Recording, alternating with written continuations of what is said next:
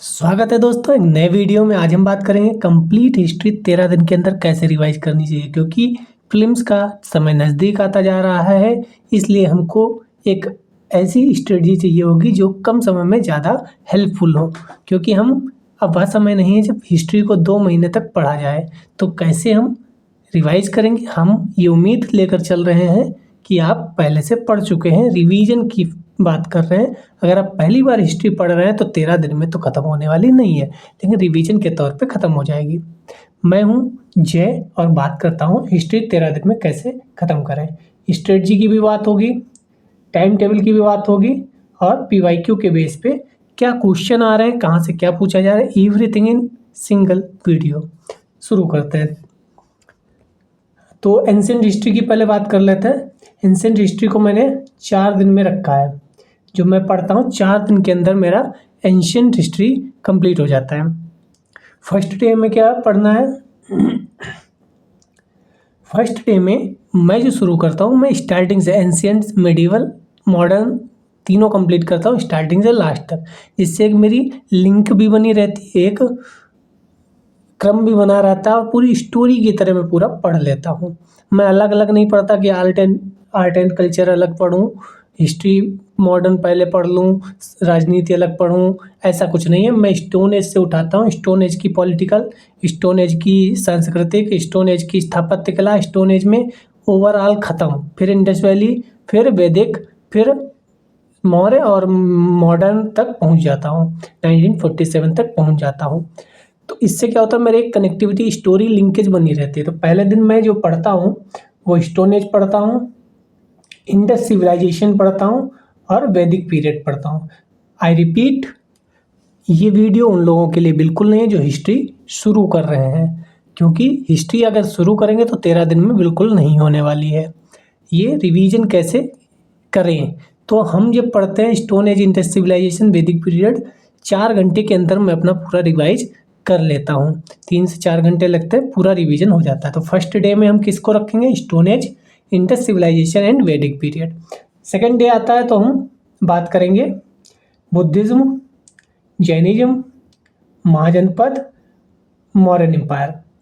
Main बात करें तो बुद्धिज्म में, जैनिज्म में, मौर्यन एम्पायर।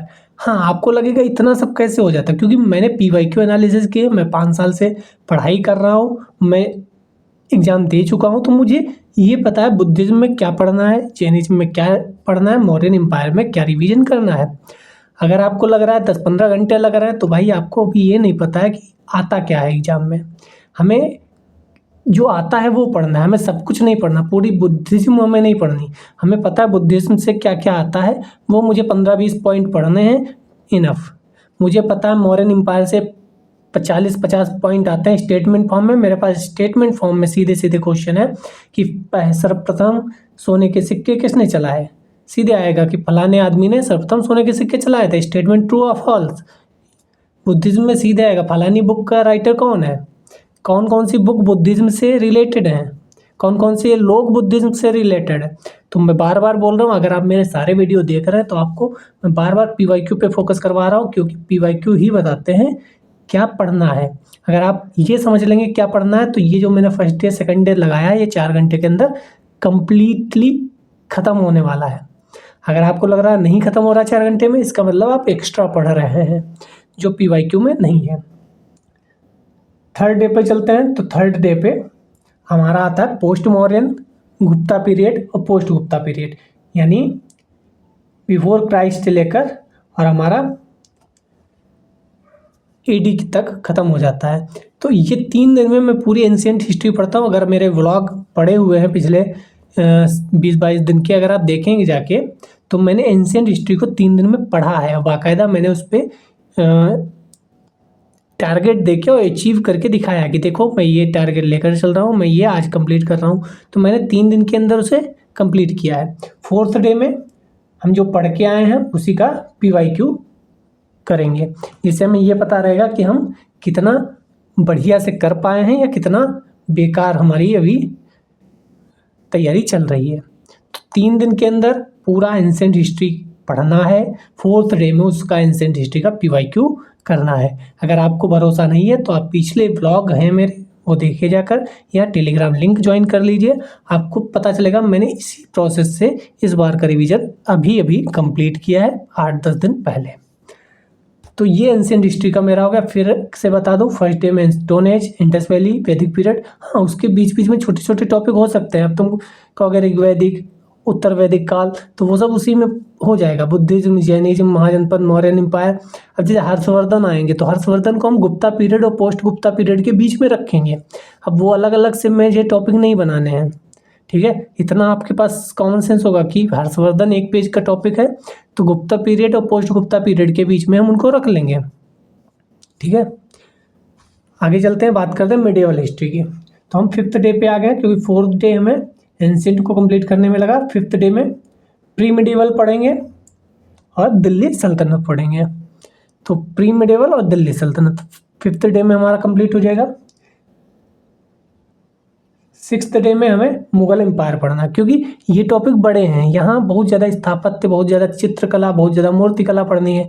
वो पिछली वाले टॉपिक बहुत छोटे थे, उसमें हमें पता है बुद्धिज्म से क्या पूछा जाता है, जैनिज्म से क्या पूछा जाता है, इंडस वैली सिविलाइजेशन से क्या पूछा जाता है, इंडस वैली के बाद वैदिक पीरियड से क्या पूछा जाता है, वो सब पता था। तो वहाँ छोटे छोटे टॉपिक थे, यहाँ थोड़े से बड़े टॉपिक है। कई साल का गैप है, बाबर 26 से लेकर और इधर हम बात करेंगे अगर औरंगजेब तक की बात करें तो काफ़ी टाइम हो जाता है। तो वो मुगल एम्पायर काफ़ी इसमें फेमस किंग है, तो उसको हम पढ़ेंगे एक दिन पूरा। 7th डे बात करेंगे तो अदर डायनेस्टी, जैसे मराठा हो गए थे हमारे, फिर वेस्ट बंगाल की बात कर लें, या हम महाराणा प्रताप, मेवाड़ और इधर हैदराबाद की बात कर लें, अवध की बात कर लें। तो ये छोटे छोटे जो डायनेस्टी हैं, पोस्ट मिडिवल की डायनेस्टी हैं। उसके बाद जो यूरोपियंस का आगमन है, ये जो छोटे छोटे फ्रिंजेस बचते हैं वो मैं 7th डे में अपना कवर करता हूँ, ठीक है। 8th डे में इसका क्या होगा, सेम जैसे उसमें मैंने 3 दिन पढ़ाई की, चौथे दिन PYQ लगाया, सेम आप यहाँ करेंगे। 3 दिन मिडावल को पढ़ेंगे और चौथे दिन हम उसका करेंगे PYQ, जिससे हमें पता चलता रहे कि हम कितना पढ़ चुके हैं, कितना हमें और पढ़ना है, क्या बचा हुआ है, क्या नहीं बचा हुआ है, क्योंकि PYQ is the most important, बार बार मैं बोल रहा हूँ। आगे चलेंगे मॉडर्न हिस्ट्री। तो मॉडर्न हिस्ट्री में कोई टॉपिक नहीं है, तो मैंने इसे टाइम पीरियड में कन्वर्ट किया है कि मैं जब भी पढ़ता हूँ तो अब देखो, आप लिंक बना के चलोगे तो आप एंशिएंट से मूव किए मिडिवल में, तो आपके पास लिंकेज थी कि एंशिएंट में कौन कौन सी डायनेस्टी चल रही थी। ऐसा तो है नहीं कि एंशिएंट 5 तारीख को ख़त्म हुआ और मिडिवल 5 तारीख को शुरू हो गया। मॉडर्न 15 अगस्त 1947 को ख़त्म हुआ और इधर क्या कहते हैं 25 जून 1757 से शुरू हो गया। ऐसा कुछ नहीं है ना, हमें एक लिंक में पढ़ना है, हमें एक डाइवर्सिटी नहीं क्रिएट करनी कि इधर उधर उधर, एक स्टोरी बेस पे पढ़ते रहो कि हाँ ये हुआ फिर ये हुआ फिर ऐसा हुआ, क्योंकि क्रोनोलॉजी भी पूछी जाती है तो उसमें आपकी हेल्प करेगा।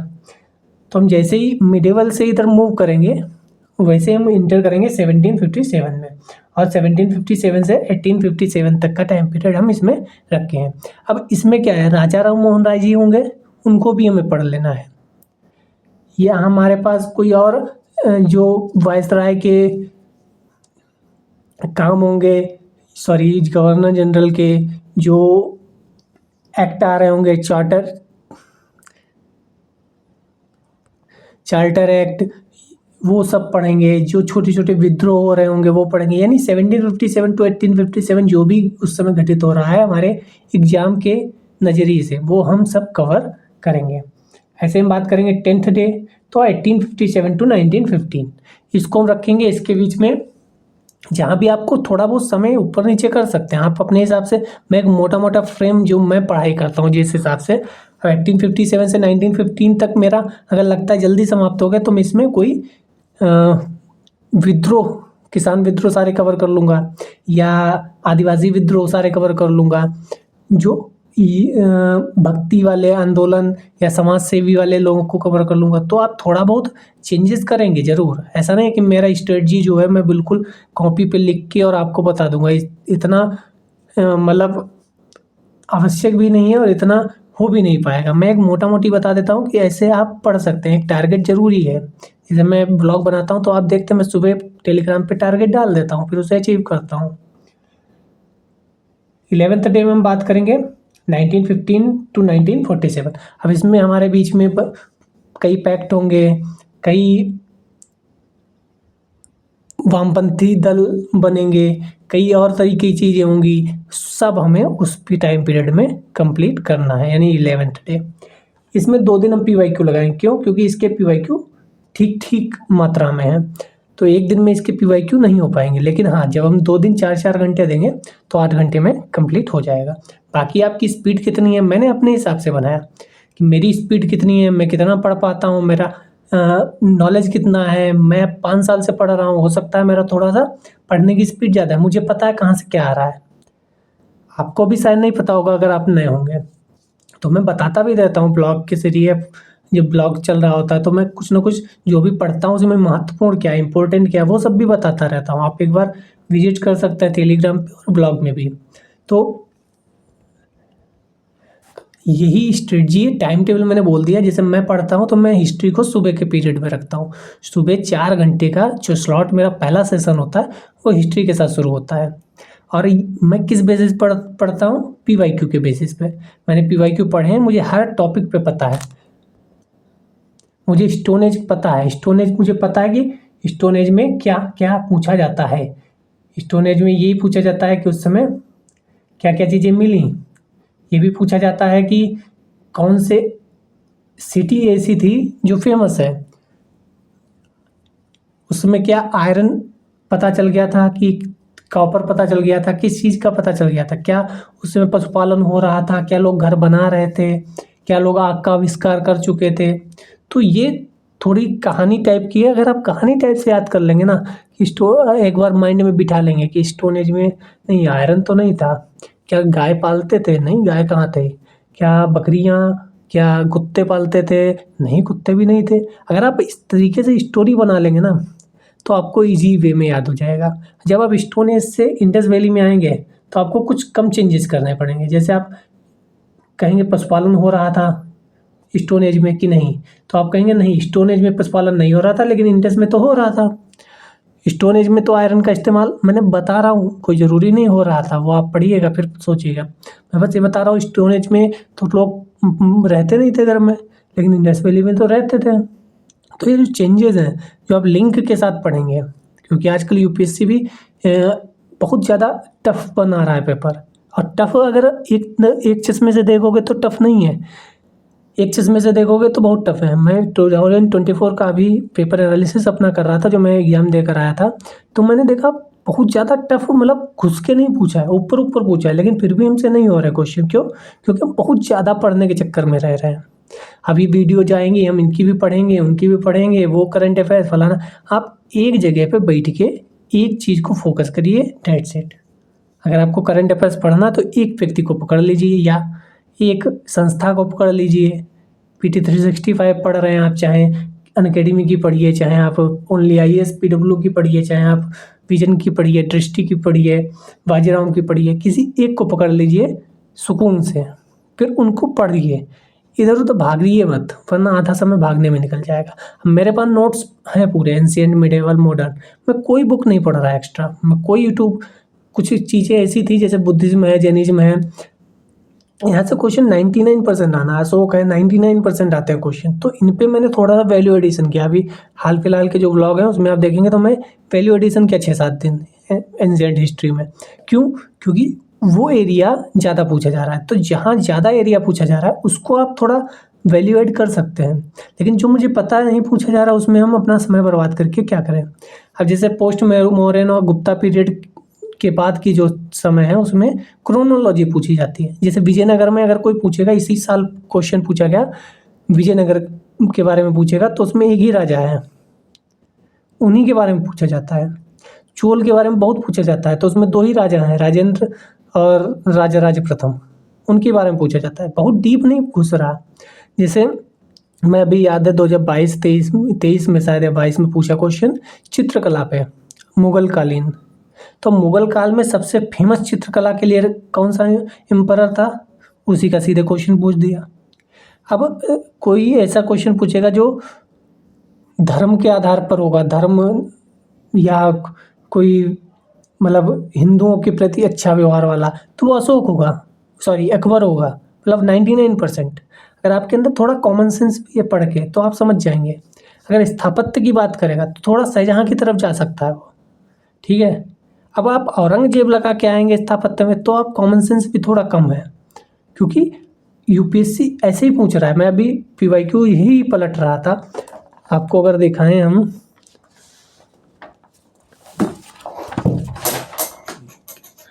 ये आप देखेंगे मैं पीवाईक्यू अभी पलट रहा था, तो मुझे ये समझ आया कि पीवाईक्यू देखना कितना ज़रूरी है, कि बिल्कुल ऊपर ऊपर से क्वेश्चन पूछे जा रहे हैं। जैसे इसमें एक क्वेश्चन पूछा था एंसेंट काल से ही कि उपनिषदों की रचना पुराणों से पहले हुई थी।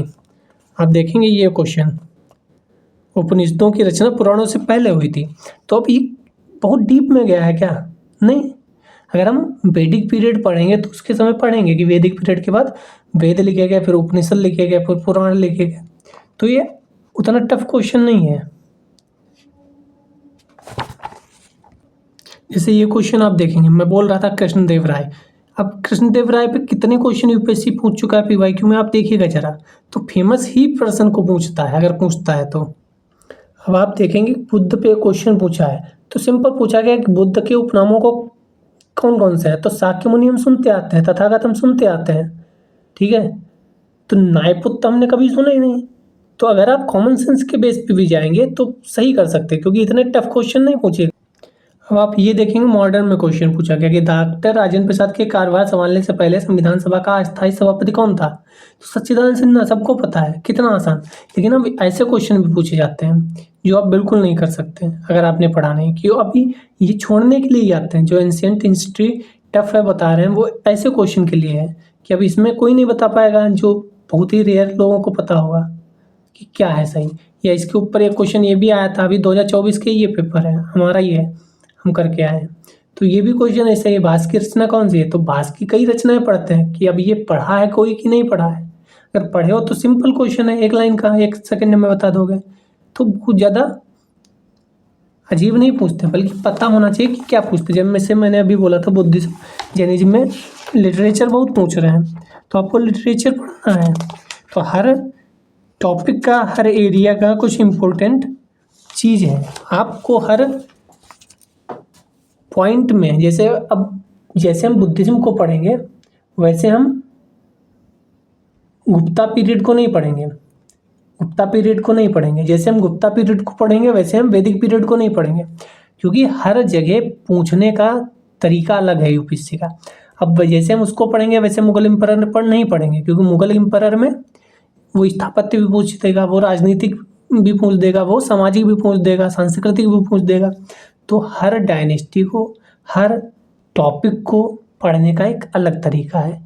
किस टॉपिक में क्या इंपॉर्टेंट है वो आप पीवाईक्यू से देखें, उस पर ज़्यादा फोकस करें, तो हमें लगता है अब आपको समझ में आ गया होगा। बाकी आप टेलीग्राम लिंक ज्वाइन कर सकते हैं, सब्सक्राइब कर सकते हैं। कैसा लगा वीडियो आपकी, और भी कोई क्यूरी है, कुछ जानना चाहते हैं तो आप कमेंट कर सकते हैं। और मैंने 2 वीडियो बना रखे हैं, पॉलिटी को 8 दिन में कैसे रिवाइज करें, इकोलॉजी को 8 दिन में कैसे रिवाइज करें। इस वीडियो के जस्ट बाद जियोग्राफी को कैसे रिवाइज करें 8 दिन में, सॉरी 13 दिन में, वो भी वीडियो आने वाला है। उम्मीद है आप लोग अवश्य देखेंगे। Thank you. जय हिंद, जय भारत।